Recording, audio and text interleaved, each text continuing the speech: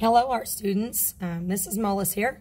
I'm going to be showing you today how we are going to use OpArt, optical illusion, to create the idea that a hand is pushing up out of the paper. We're going to call this project our mummy hands. The first thing you're going to need to have is a 9x12 sheet of paper.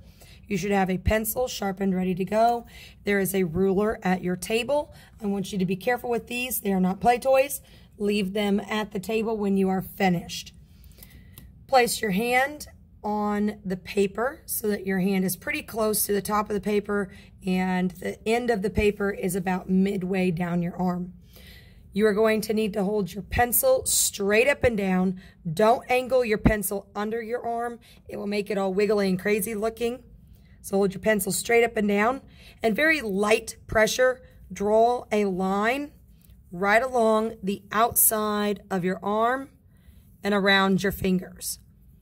Taking care to make sure that your thumb isn't sticking way out to the side. Just relax it and let it hang up top with the rest of your fingers pointing forward. Finish tracing your hand and reveal the image below. The next thing you're going to do is take your ruler, and I want you to place your ruler near the bottom edge of your paper. It's not like you are taking the ruler and matching up the bottom edge of the ruler to the bottom edge of the paper. That's going to make the space that you have too wide. That ruler or a ruler like this is fine. About a 1/2 inch space, so you got to eyeball and see, about how far up the paper you're going. Hold my paper ruler down. On the left edge of the paper, draw a light line until I reach the line of my arm.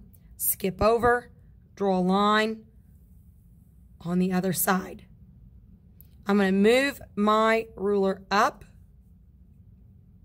and I'm going to continue all the way up my paper, even through the spaces between the fingers and the hand, or the thumb and the hand. Remember again, not drawing dark and heavy, nice, light lines. Light lines are going to allow you to erase mistakes. Okay. As you start to get closer to where the fingers are at, you're going to notice that you have more lines that you have to skip over. So here I'm stopping at the hand. I've got a space between my forefinger and my thumb, and on the other side of my thumb. Continue moving the ruler up. Now I have that space between my pinky and my ring finger, my forefinger, and my thumb.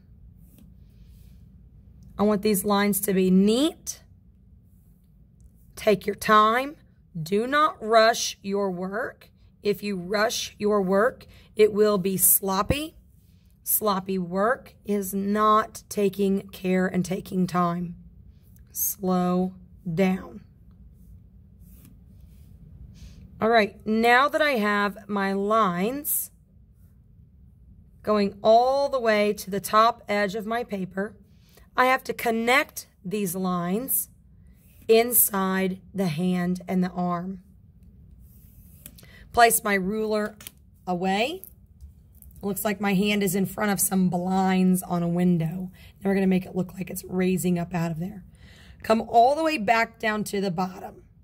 The first line on the left matches up with the first line on the right. And I'm going to connect these with a curved line.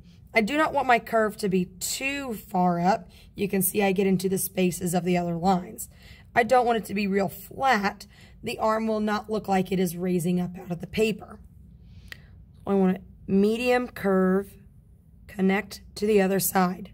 I'm going to do this until I've connected all of my lines. I have to be careful as I'm connecting the lines so that I don't accidentally connect to a line that doesn't belong together. You can see that the hand is starting to look like it is raised up. Connect this line. Oh, it goes right there at the edge of my thumb. Now, I'm at a place that might confuse some of you kiddos, but I want you to take heed and pay attention. I have this line going all the way across. It's still going to connect, but it's going to connect in 2 different places instead of just 1. So I make this curved line, connect here, and I have a line that's going to connect inside the thumb. Again, in the pinky, keeping my curved lines curved and not flat. If they start to flatten out, I do not have that raised effect happening. There's 4 lines I had to connect across the fingers. I don't have one inside the pinky. I do inside the ring finger, the middle finger, and the forefinger. And again at the top.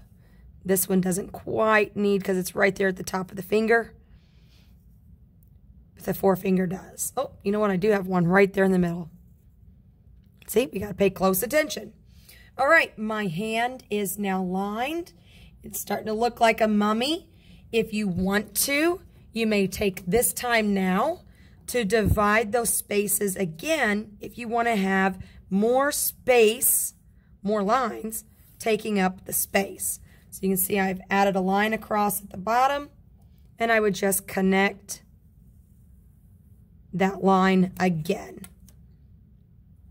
I can do this all the way up the arm and hand.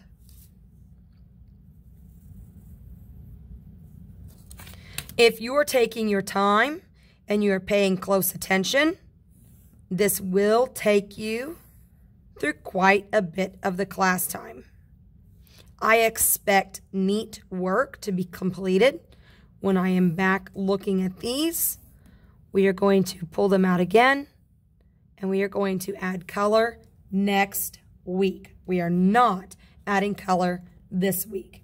So you can see the difference here between the lines that are close together and the lines that are further apart. Your decision on how close you want those to be. That's finished for today. Turn my paper over. Oh, I got another hand. And I'm going to write my name.